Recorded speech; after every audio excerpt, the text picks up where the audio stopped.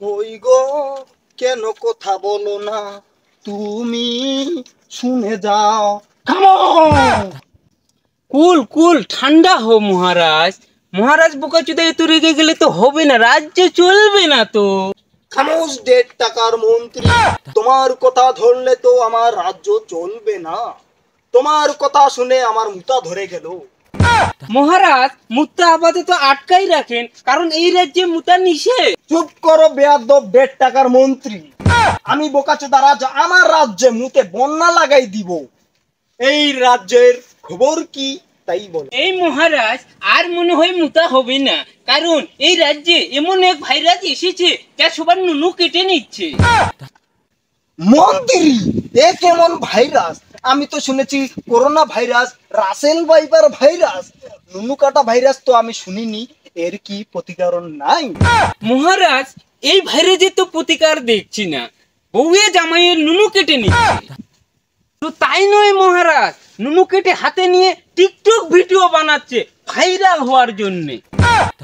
না, এ হতে পারে না মন্ত্রী। আমার রাজ্যের সাধারণ মানুষের যদি নুনু নুজে না নিরাপদে থাকে, আমি রাজা বোকাচোদার নুনু তো নিরাপদে নাই। আমি সকালবেলা দেখলাম আমার রানীর হাতে ছুরি নিয়ে বেড়াচ্ছে, আমার তো সন্দেহ হচ্ছে মন্ত্রী।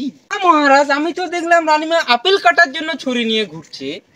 না না মন্ত্রী, আমার তো সন্দেহ হচ্ছে তোমার রানী মায়ের অনেক রাগী। তোমার রানী মা চাকু হাতে ধরে বেড়াচ্ছে আমার নুনু কাটার জন্য। সিপাহী, আদেশ করুন বোকাচোদা মহারাজ। সিপাহী, তোমার নুনুর কি হাল?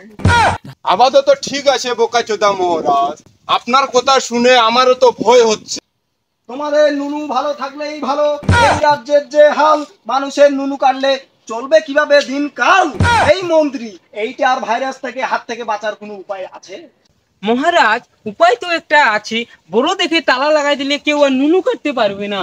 তাহলে তাই করো মন্ত্রী, আমার রাজ্যের প্রজাদের জন্য ছোট ছোট বাংলা তালা আনে মারে দাও, আর আমার জন্য 23 কেজি ওজনের একটা তালা আনে আমারও মারে দাও।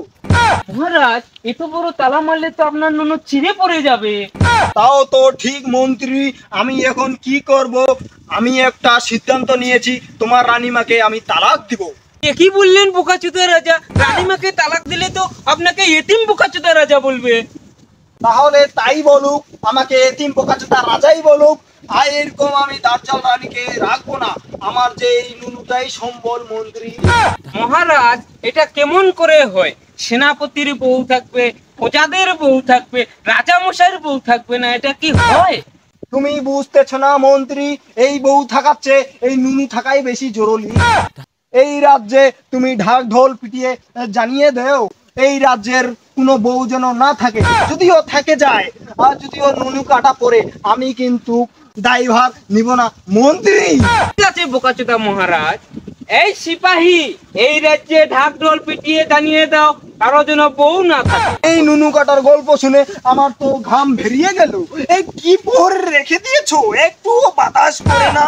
শুনুন শুনুন শুনুন, বোকাচোদা মহারাজের আদেশ, এই এলাকায় কোনো বউ থাকা চলিবে না। আর যদি নুনু কাটা পরে বোকাচোদা মহারাজ এর দায়ভার নিতে পারবে না।